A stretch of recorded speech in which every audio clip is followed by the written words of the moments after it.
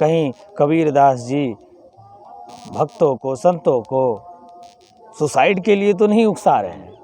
वो किसी काल्पनिक अमृत कुंड की बात नहीं कर रहे हैं, किसी मेरा ये पुष्प का मृत्यु तुम्हारे इस घास के जीवन से बहुत ही ऊंचा, बहुत ही सुंदर, बहुत ही आनंददायक था। मैं हर रोज कहीं से मरता हूँ। नमस्कार, राम राम। कबीरदास जी कहते हैं, जीवन में मरण भला जो मरि जाने कोई।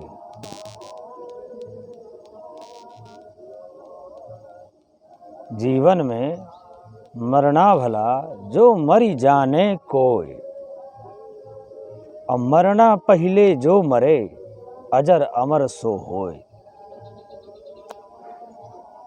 अर्थात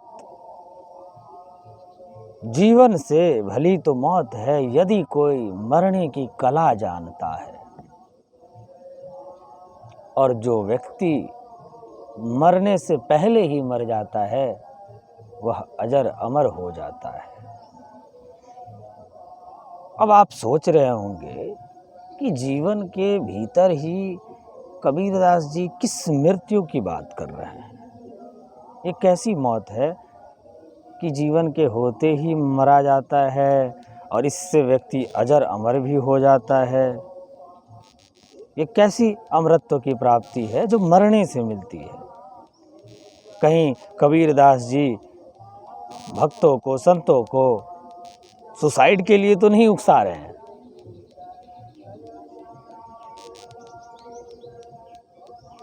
दरअसल कबीर जिस मृत्यु की बात करते हैं वह मानसिक प्रपंचों की मृत्यु है, जो मन के तल पर देह से, इंद्रियों से बाधित आपके कर्म हैं,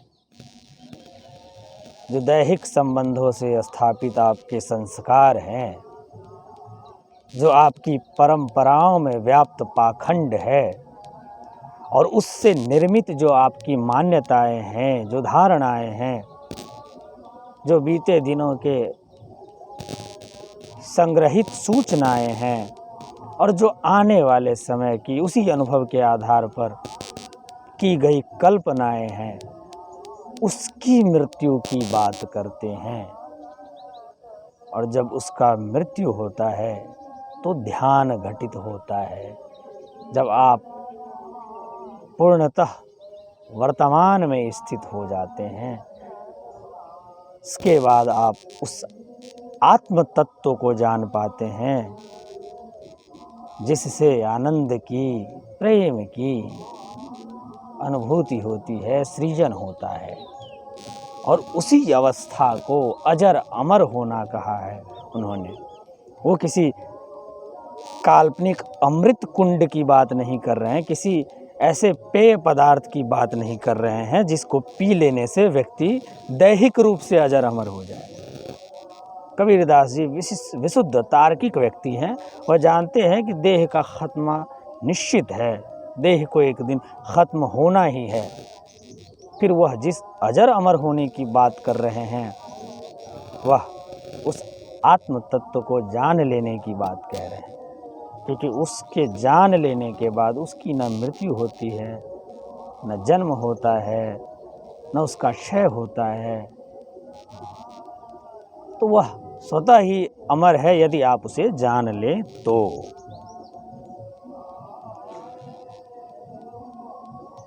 खलील जिब्रान का एक किस्सा है। एक जगह पर जंगल में बहुत सारे घासों के बीच कुछ पुष्प होते हैं, कुछ पौधे पुष्पों के होते हैं। सब शांति से रह रहे होते हैं, लेकिन उनमें एक घास होता है जो यह जिद कर बैठता है कि मुझे पुष्प ही होना है, और वह इस बात की प्रार्थना हर दिन ईश्वर से करने लगता है। एक दिन कोई ईश्वर दूत उससे आकर उसे समझाता है कि पुष्प होने में तुम्हारी ज़्यादा क्षति है, रोज तुम्हारा कोई हिस्सा तोड़ लिया जाएगा, रोज तुम उस पीड़ा को अनुभूत करोगे, बल्कि घास बने रहने में तुम्हारा ज़्यादा लाभ है। तुम जस के तस बने रहोगे, कोई तुम्हारा बाल बांका भी न करेगा, कोई तुम्हारी शांति को भंग न करेगा, तुम्हारे जीवन पर कोई किसी प्रकार का खतरा न होगा, किसी अपने को खोने का कोई गम न होगा। फिर भी वह घास नहीं मानता है और जिद करता है कि मुझे बस एक दिन के लिए पुष्प का जीवन दे दो।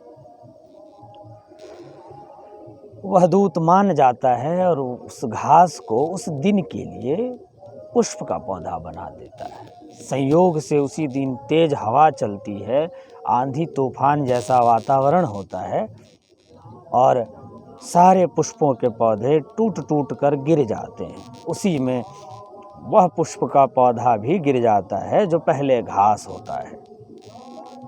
उसको देखकर बाकी के घास हंसने लगते हैं, उसका उपहास करने लगते हैं कि देखा तुमने पुष्प होने का दुष्परिणाम। वह पौधा उठता है और वह उससे भी ज़्यादा जोर से हंसता है, मुस्कुराता है और कहता है कि मैंने पुष्प बनकर इस वातावरण के भीतर जो सौंदर्य, जो सुगंध का सृजन कर पाया हूँ, उसका आनंद तुम नहीं जान सकते। मेरा ये पुष्प का मृत्यु तुम्हारे इस घास के जीवन से बहुत ही ऊंचा, बहुत ही सुंदर, बहुत ही आनंददायक था। तो ऐसे ही पुष्प की मृत्यु की बात कर रहे हैं कबीरदास जी कि जब आप उस अमृत तत्व ब्रह्म को, आत्मा को या राम को, जिसको बार बार कबीरदास जी राम कहकर बुलाते हैं, वह भी वही ब्रह्म तत्व की बात होती है।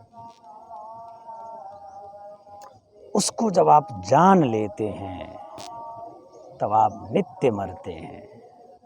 आपकी धारणाएं रोज मरती है। आप गौर से देखिएगा, आपकी जो धारणाएं हैं, आपकी जो मान्यता है, जो आपके विचार हैं, आपके जो संस्कार हैं और जो आप हैं, यह दोनों कोई भिन्न नहीं होता है। उस समय काल में जब आप उस मान्यता से ग्रसित होते हैं, आप वह मान्यता ही हो जाते हैं और जैसे ही आप उससे मुक्त होते हैं, आप एक तरह की एक मृत्यु को प्राप्त होते हैं। ऐसी ही परिस्थितियों को देखकर मैंने भी कभी एक रचना की थी कि जिसे आप कल जानते थे वो कोई और था और जिसे आप आज जानने का प्रयत्न कर रहे हैं वह कोई और है।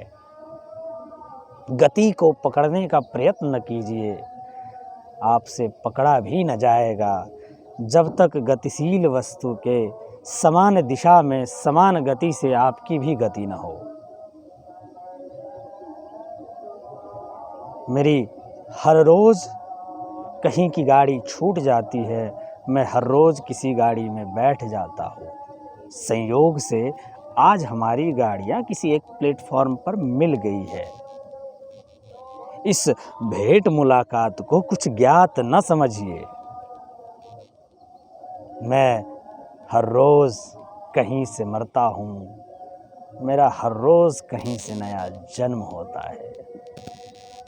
मृत्यु से प्रेम हो तो जीवन को गले लगा लो, आओ प्रेम करो।